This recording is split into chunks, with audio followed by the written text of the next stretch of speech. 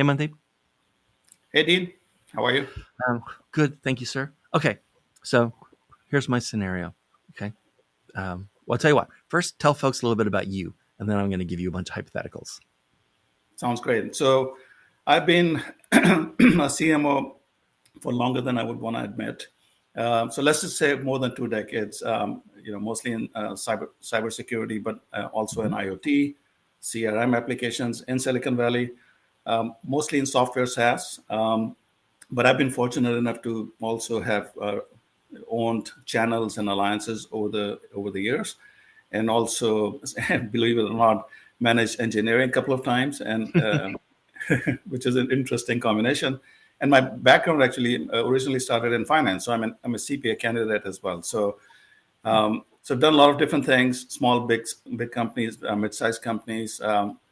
And what I bring to the table, frankly, is really breadth and depth, very deep in a lot of marketing functions like demand gen, Right. product marketing, and so on. A lot of breadth. And I'm known for both combination of quant, so really data driven and process, as well as qual, so really out of the box marketing, which is what you need these days. So All right. All right. Then here's my first hypothetical. You're you've shown up at companies in the past, right? Clients.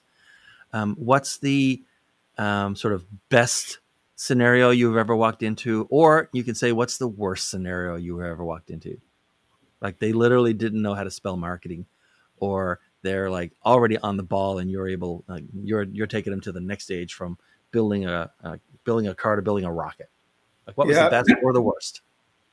or there was one of the two. Yeah, you can do both if you want. Let me just describe worse because that's always interesting, right? So I think both as a full-time CMO, which I have been for a long time, and I did fractional before a few years ago, and then I went back to full-time, and I'm Right. doing fractional again right now.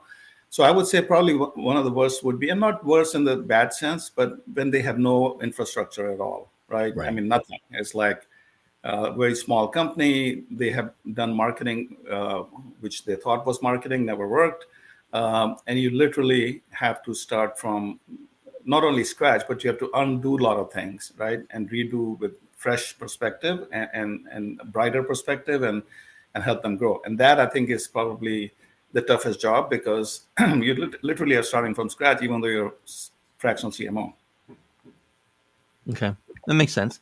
All right. So it's day one. You've signed this client. You've talked to the CEO before, but now it's a actual official vendor client relationship, right? Mhm. You sit down on day one. You have your little talk. CEO says, "Look, you deal with a lot more CEOs than I deal with CMOs. Mhm. So, as CEO, is there something I need to stop doing today or start doing today so that we get all of our money's worth out of you?"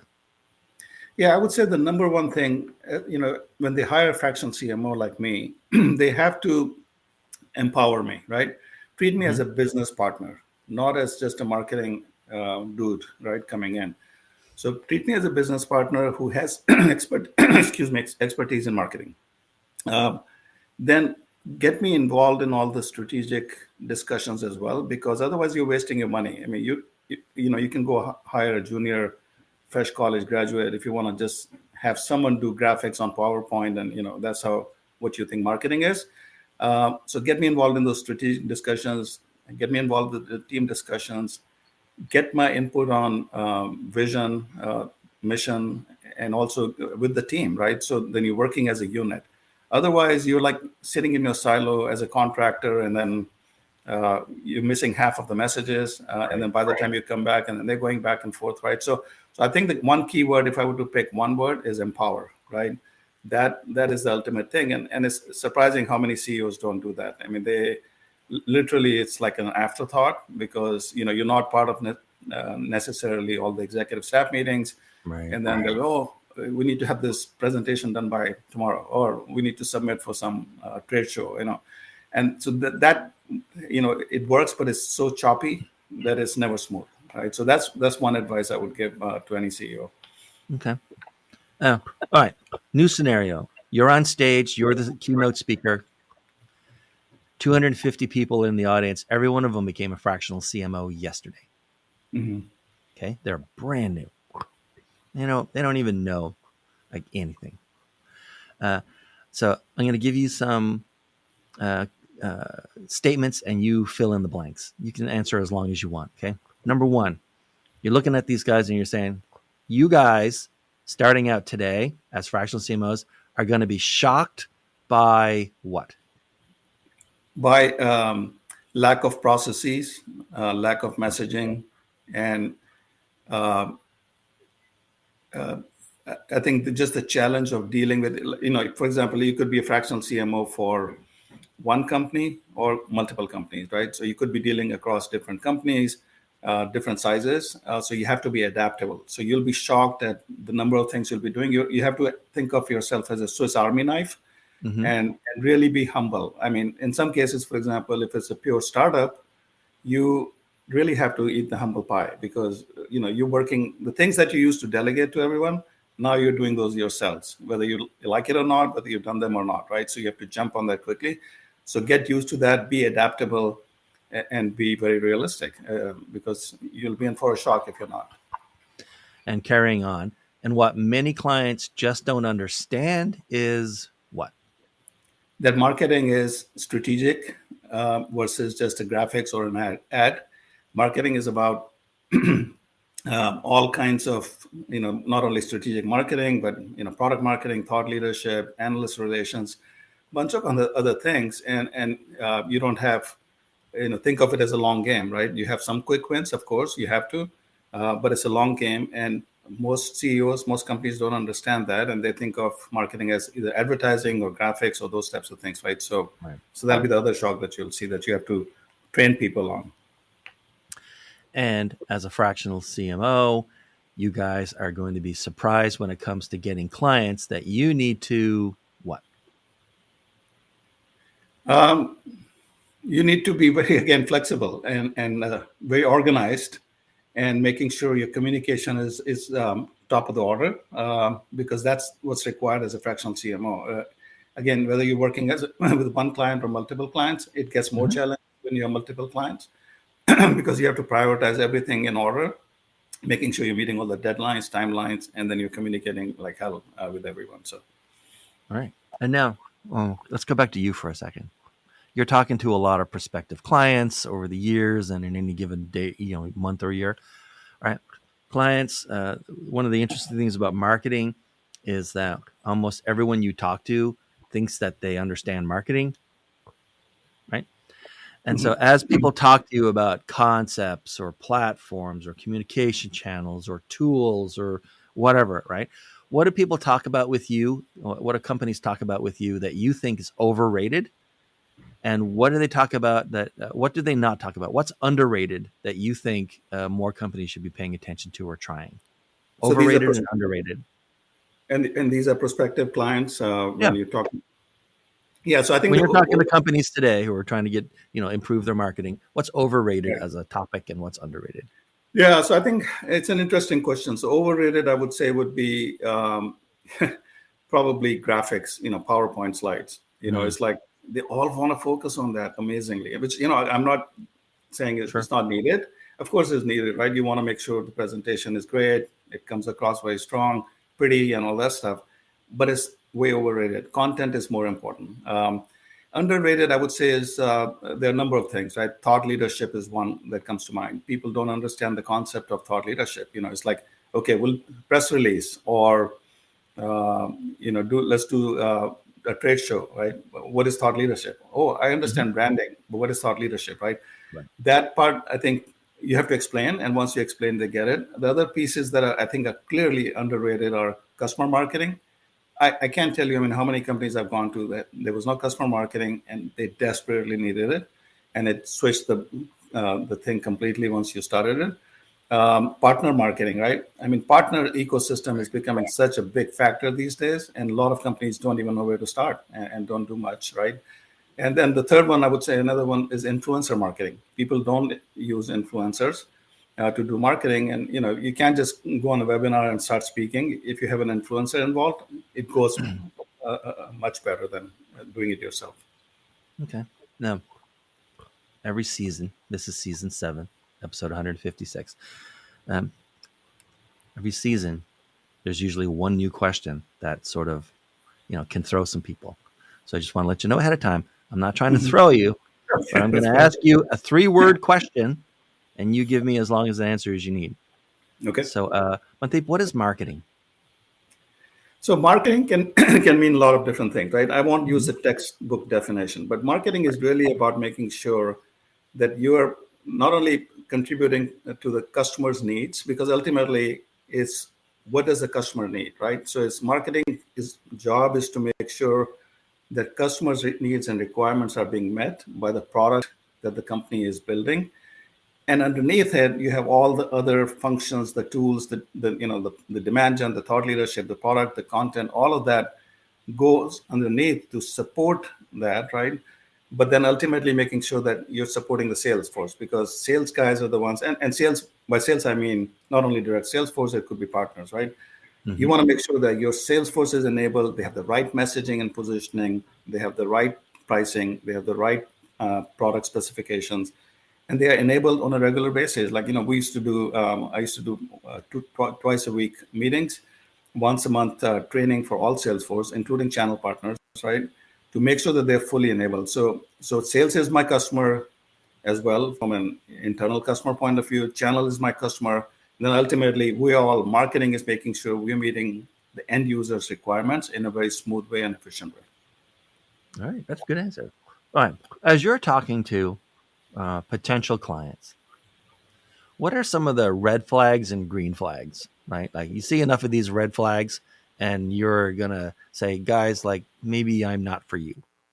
And silently to yourself, you're thinking, you guys are a mess.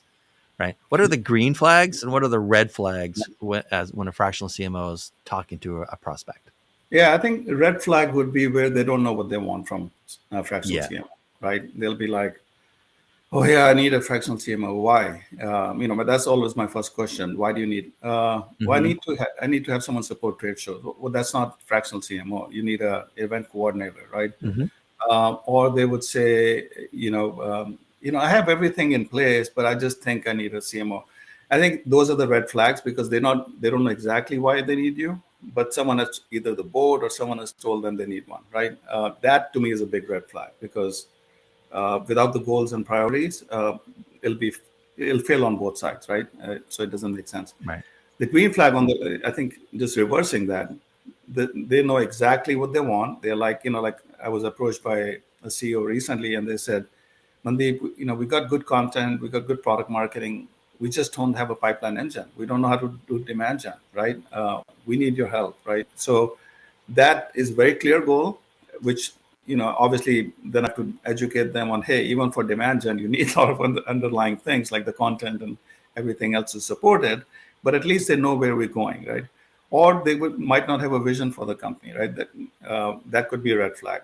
Uh, Sometimes Oh, I've seen the product is, if it's a small company, the product is not even ready. I mean, it's not only ready, it's pretty far there's away, nothing to like 6 market. months. Yeah, exactly. So it's like, well, why do you want to start marketing right now? You're like 6 months away. Yeah.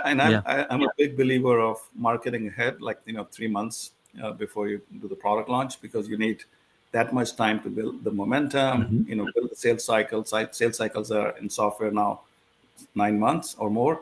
So it makes sense to start a few months. But if you go too far early, now you're wasting time, and then you don't have the product, and then now you have to restart, and then you lose credibility, right? So those are some of the things that I always look for, both from a red flag and green flag perspective.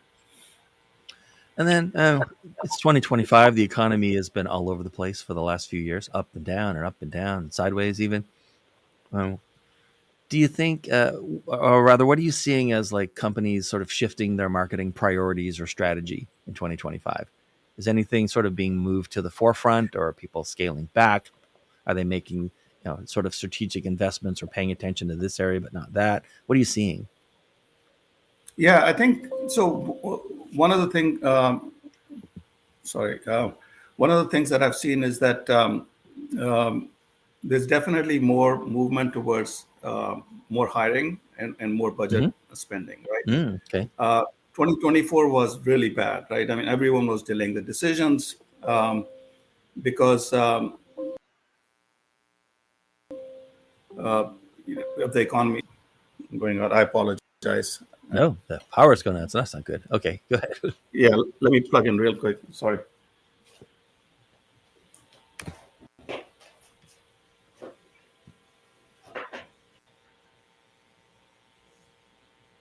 I'm going to take this opportunity to have some more caffeine. Yeah, I apologize. I don't know what happened. No problem. It's So, how or in what way are sort of priorities or strategy shifting in 2025? Just give me 1 minute. Sorry, I just want to make sure it doesn't happen again. It's Mm-hmm. okay. Sorry. Please go ahead and ask again. I apologize. Sure. So, in it's 2025. How are marketing strategies or priorities shifting based on what's been going on? You were talking about how 2024 was pretty bad. Yeah, so 2024, Dean, was really bad, mainly because the economy was slowing down. The sales cycles were getting Mhm. longer. The pipeline Right. was building, but no one was making purchasing decisions. So all the companies basically said, hey, or most of the companies said, cash is king. Let's preserve Hmm. money because we're not closing deals as fast as we would like. So let's just save money until economy improves. I've seen so far, I mean, this is still early in 2025, but I've seen so far that the purse strings are being loosened. I think people are making better decisions in terms of buying, and also companies from marketing spending are spending more money now, right? Hmm. So budget is loosening. I think the jury is still out because it's still early in 2025, and it depends on with the new administration what happens, the interest rates, all of those things in the next Sure. few Yeah. months. But I think so far I'm starting to see some green shoots, which is always a good sign. I mean, given 2024 was such a bad year, so Okay. And then we need to wind down. But these days, who should be reaching out to you, and how do you want them to do it? yeah. So I think CEOs primarily, but maybe the CMOs at a bigger company who need help. Hmm. Mostly in the software SaaS companies, not just cybersecurity, even though I've spent a number of years there, but any software SaaS applications. I'm also open to full-time positions if it's an interesting opportunity, right? So fractional is not the only thing that I'm focusing Hmm. on. If something interesting comes along, I'm open to that. And the best way to reach me is really through LinkedIn. I mean, that's like the meeting point for everyone right now, right? So from Right. business Yeah. perspective, so yeah, I'm very good at responding from LinkedIn. So, and by the way, I mentor a lot of people as well. So if someone is interested in mentorship or want my advice, they can also reach out to me. I'm always, you need to give back, pay it Right. forward, and I like to do that. So I'm open to that as well. All right. That's great. This has been fantastic. And some of the answers, all the answers were good. Some of them were outstanding, like fantastic. So Thank you very this was, much. well, I'm glad we got together today. So thanks very much, Mandeep. And thanks for watching, everyone. And we'll see everyone next time. Bye. Bye.